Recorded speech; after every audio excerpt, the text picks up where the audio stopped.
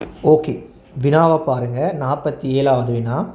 இது வந்து கடைசியாக 2023ஆம் ஆண்டு, கடைசியாக 2023ஆம் ஆண்டு கிராம சேவகர் உத்தியோகத்தை பரீட்சையில் வினவப்பட்ட வினா.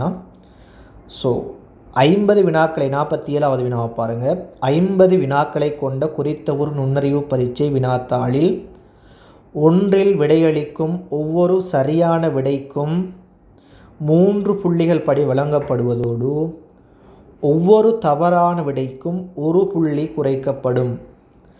அந்த வினாத்தாளில் 50 வினாக்களுக்கும் விடையளித்துள்ள தவசிக்கு பெற்றுக்கொள்ளக்கூடிய மொத்த புள்ளிகள் 78 ஆகும். அவ்வாறெனின் தவசியினால் சரியாக விடையளிக்கப்பட்ட வினாக்களின் எண்ணிக்கை யாதுன்னு கேட்கிறார். ஸோ இதே மாதிரியான வினா ஒன்று நாங்கள் எங்களோட யூடியூப் சேனலில் வந்து முன்னுக்கு அப்லோட் பண்ணியிருக்கிறோம் ஆரம்பத்தில். ஸோ 5 வினாக்கள் இதே மாதிரியான வினாக்கள் வந்து அப்லோட் பண்ணியிருக்கிறோம். ஸோ அதையும் கொஞ்சம் எங்களோட யூடியூப் சேனலில் செக் பண்ணி பார்த்துக்கொள்ளுங்கள். இப்போ இந்த கேள்விக்குள்ளே போவோம். நாங்கள் என்னென்ன விஷயத்தை பாருங்கள். இந்த கேள்வி வினாத்தாள் பத்திரத்தில் வந்து எத்தனை பல்தேர்வு வினாக்கள் இருக்குதா? 50 பல்தேர்வு வினாக்கள் இருக்குதா? இந்த வினாக்களில் இந்த 50க்கும் தவசி சரியாக விடையளித்தாருண்டா அவருக்கு எத்தனை புள்ளி கிடைச்சிருக்கும்? 150 புள்ளிகள் கிடைச்சிருக்கும். இப்படித்தானே ஒரு சரியான விடைக்கு 3 புள்ளிகள் படி 50 வினாக்கும் சரியாகவே விடையளித்திருந்தாருண்டா 150 புள்ளிகள் கிடைச்சிருக்கும். ஆனால் தவசிக்கு கிடைத்த புள்ளிகள் எத்தனை? 78 என்கின்ற போது எங்களுக்கு தெளிவாக விளங்குது என்ன, அவர் விடையளித்த 50 வினாவுலையும் சரியான விடையும் இருக்கும், பிழையான விடையும் இருக்கும். சரியான விடையை நாங்கள் எக்ஸின்று எடுப்போம், பிழையான விடையை நாங்கள் ஒயின்று எடுப்போம். அப்போ சரியான விடையிடையும் பிழையான விடையிடையும் எண்ணிக்கை எவ்வளவு? எக்ஸாக ஒய் எவ்வளவு? 50 விடைகள் சரியும் பிழையுமாக இருக்குது. ஒரு சரியான விடைக்கு 3 புள்ளிண்டா அப்போ 3 அவர் எடுத்து சரியான விடைகள எண்ணிக்கை எத்தனை? எக்ஸ். அப்போ 3 சர எக்ஸ். அப்போ எத்தனை புள்ளி கிடைக்கும்? சரியான விடைக்கு 3x புள்ளிகள் கிடைக்கும். அதே டைமில் என்ன நடக்கும்? ஒரு பிழையான விடைக்கு 1 புள்ளி கழிக்கப்படும். அப்படிங்கிற போது அவர் வந்து எத்தனை பிழையான விடைகள் செஞ்சிருக்காரு? y எண்ணிக்கையான பிழையான விடைகள் இருக்குது. ஸோ 1 தர y 1 y. அப்போ y கழிக்கப்பட்டால் எத்தனை புள்ளி கிடைச்சிருக்காரு? 78 புள்ளிகள் கிடைச்சிருக்குது. இப்போ நாங்கள் இதோடு சேர்த்து கூட்டுவோம். ஏன் கூட்டப்புறோம்னு சொன்னால் இதில் ஒரு தெரியா கணிதத்தை இல்லாமாக்க போகிறோம். இங்கே கூட்டல் கழித்தல் இருக்கின்ற போது ரெண்டையும் கூட்டி விட்டோம் அப்படி சொன்னால் ஒரு தெரியா கணிதம் இல்லாமல் போய்த்துடும். இப்போ நாங்கள் கூட்டுவோம். எக்ஸும் 3x எவ்வளவோ? 4x. 1x கொடுக்கணும். ப்ளஸ்ன்னு சொன்னால் கொடுக்குறேன்னு வச்சுக்கொள்ளுங்க. மைனஸ்ன்னு சொன்னால் ப்ளஸ்ண்டா இருக்குதுன்னு வைத்துக்கொள்ளுங்கள். மைனஸ்ண்டா கொடுக்குறேன்னு எடுத்துக்கொள்ளுங்க. 1 y இருக்குது, 1 y கொடுக்கணும் அப்படின்னு சொன்னால் இந்த 2 yயும் வெட்டுப்படும். சமன் 50 78 128. இப்போ பெருக்கப்படக்கூடிய 4 சமன்பாட்டுக்கு அந்த பக்கம் போகும்போது பிரிப்படும். அப்போ எக்ஸ் சமன் 128 நீங்கள் 4ஆல் பிரிச்சிங்கன்னு சொன்னால் எக்ஸ் சமன் 32. இப்போ சரியான விடைகள எண்ணிக்கை எவ்வளோ? 32 விடைகள் நீங்கள் சரியாக விடையளித்திருப்பீங்க. பிழையாக விடையளித்த விடைகள் எண்ணிக்கை எத்தனை? 18. ஸோ இப்போ கேள்வி என்ன கேட்டுக்கிறான்? சரியாக விடையளிக்கப்பட்ட வினாக்களின் எண்ணிக்கை யாதுன்னு கேட்டுக்கிறான். அப்போ ஆன்சர் வந்து 32. அடுத்த கேள்வி 48வது கேள்வியை பாருங்கள். இது சதவீதத்தோடு சம்மந்தப்பட்ட வினா. ஸோ அடிக்கடி பரீட்சை, நுண்ணறிவு பரீட்சையில் உளச்சார்பு எக்ஸாம்ஸில் வந்து கேட்கப்படக்கூடிய வினா. ஒரு தொலைக்காட்சி பெட்டியொன்றை உடன் காசுக்கு விற்பனை செய்யும் போது அதன் குறித்த விலையில் 10% கழிவு வழங்கப்படுவதுடன் விற்பனை விலையில் 12% பெறுமதி சேர் வரியாக அறவிடப்படுகிறது. இந்த வகையான தொலைக்காட்சி பெட்டியொன்றை உடன் காசுக்கு விலைக்கு வாங்கும் ஒருவருக்கு 15,120 ரூபாய் பணத்தை செலுத்த வேண்டி ஏற்பட்டதெனின் அந்த தொலைக்காட்சி பெட்டியின் குறித்த விலை எத்தனை ரூபாய்களாகும்? அப்போ என்ன கேட்குறாங்க எங்கள்கிட்ட கேள்வி? அந்த தொலைக்காட்சி பெட்டியிட குறித்த விலை எவ்வளவுன்னு கேட்குறான். நாங்கள் எடுப்போம் அந்த தொலைக்காட்சி பெட்டியிட குறித்த விலை எங்களுக்கு தெரியாதானே. அப்போ நாங்கள் அதை எக்ஸ்ன்னு எடுப்போம். தொலைக்காட்சி பெட்டியிட தெரியா, அந்த குறித்த விலை தெரியாங்கிறதால அது எக்ஸ்ன்னு எடுப்போம். இப்போ நீங்கள் ஒரு தொலைக்காட்சி பெட்டி ஒன்றை 100 ரூபாய்க்கு வாங்கினீங்கன்னு சொன்னால் உங்களுக்கு எவ்வளவு கிடைக்கும்? 90 ரூபாய் கிடைக்கும். ஏன்? 10% கழிவு. அப்போ ஒரு 100 ரூபாவோட தொலைக்காட்சியை வாங்கினீங்கன்னு சொன்னால் உங்களுக்கு எவ்வளோ கிடைக்கும்? 90 ரூபாய் கிடைக்கும். ஆனால் நீங்கள் எவ்வளோ தொலைக்காட்சியை வாங்குறீங்க? இப்போ எக்ஸ் ரூபா பெறுமதியான அந்த தொலைக்காட்சின்னு சொல்லுகின்ற போதும் இப்போ நீங்கள் தர எக்ஸ். இப்போ நாங்கள் இதை சுருக்குவோம். 9 கீழ் 10 எக்ஸ். அப்போ இந்த தொலைக்காட்சியில் பெற்ற விலை எவ்வளோ? 9x கீழ் 10. திரும்ப இன்னும் ஒன்று சொல்கிறான், நல்லா பார்த்துக்கொள்ளுங்க. அந்த விற்பனை விலையில் 12% பெறுமதி சேர் வரியாக அறவிடப்படுகிறது. என்னையா?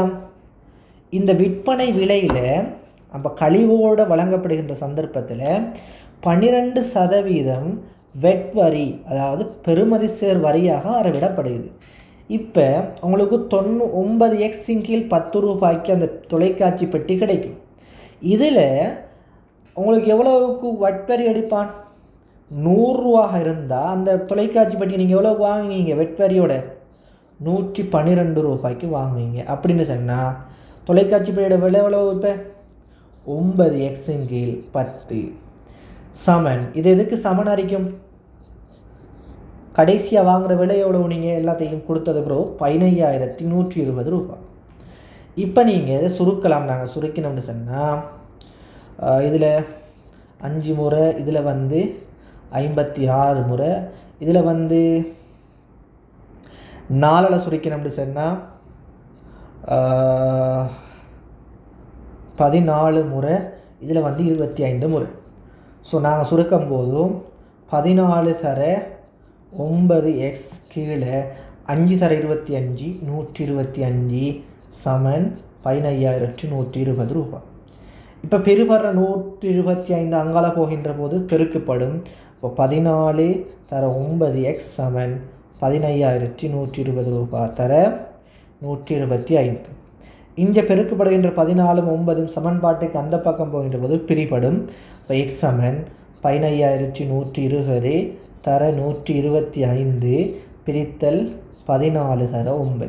இது எல்லாத்தையும் நீங்கள் சுருக்கினீங்கன்னு சொன்னால் குறித்த விலையோடு வரும் 15,000 ரூபாய் வரும். ஸோ எங்களுக்குரிய ஆன்சர் அப்போ 15,000 ரூபாய். ஓகேவா? கிளியர் தானே? ப்ளஸ் இன்னொரு விஷயம், சதவீத வினா மக்கள் நாங்கள் 100க்கு பார்ப்போம். சரி, அடுத்த வினாவை பாருங்கள். 6 மீட்டர் நீளமான கம்பி ஒன்றின் நிறை 10.8 கிலோகிராம்களாகும். அப்போ 6 மீட்டர் நீளமான கம்பிட நிறை எவ்வளவா? 10.8 கிலோகிராம்களாகும்.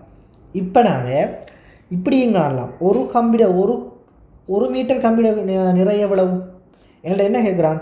10 மீட்டர் நீளமுடைய அதே வகையிலான கம்பி ஒன்றின் நிறை எத்தனை கிலோகிராம்கள் ஆகும்?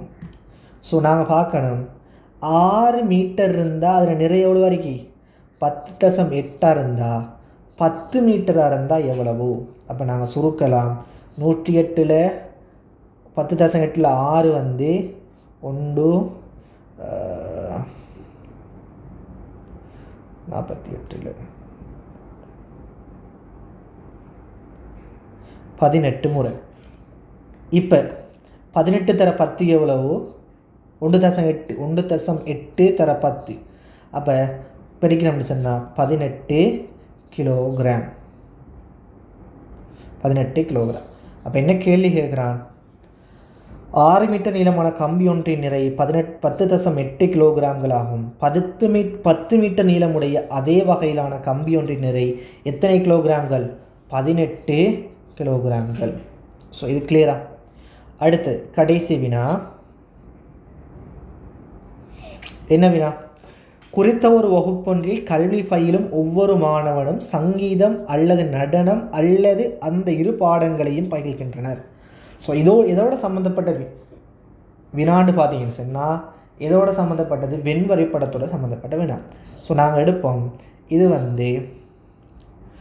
சங்கீதம் பயில்றவங்க, இது நடனம் பயிலும் மாணவர்கள் என்று இருக்கும். இப்போ அந்த வகுப்பில் நடனம் மற்றும் சங்கீதம் போன்ற இரு பாடங்களையும் பயிலும் மாணவர்கள் 8 பேர். ரெண்டையும் பயில்ற எத்தனை பேராம்? 8 பேராம். ஸோ நாங்கள் அதை எடுப்போம். வெயிட், ரெண்டையும் பயில்றவங்க வந்து 8 பேர்.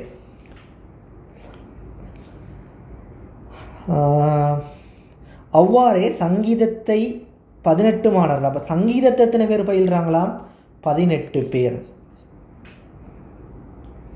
நடனத்தை மட்டும் என்கிற போது, நடனத்தை மட்டும் சொன்னால் இந்த பெட்டிக்குள்ள மட்டும் வரும் எத்தனை பேர்? 12 பேர்.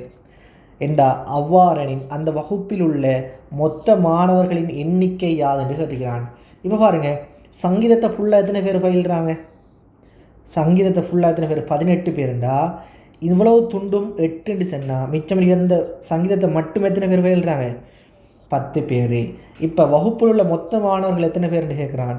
இப்போ பாருங்கள், இது ரெண்டும் எத்தனை? 10 மட்டும் 18, 18 12 30 மாணவர்கள். அப்போ ஆன்சர் வந்து 30 மாணவர்கள். அந்த வகுப்பில் உள்ள மொத்த மாணவர்கள் 30 பேர். ஸோ இவ்வளவுதான் வினா, இலகுவான வினாக்கள். இவ்வாறான வினாக்களை பயிற்சி செய்து பாருங்கள். தொடர்ந்தும் எங்களுடைய வாட்ஸ்அப் குழுமத்தில் இணைந்திருங்க. இது மாதிரியான வினாக்கள் அதில் பதிவிடப்படும்.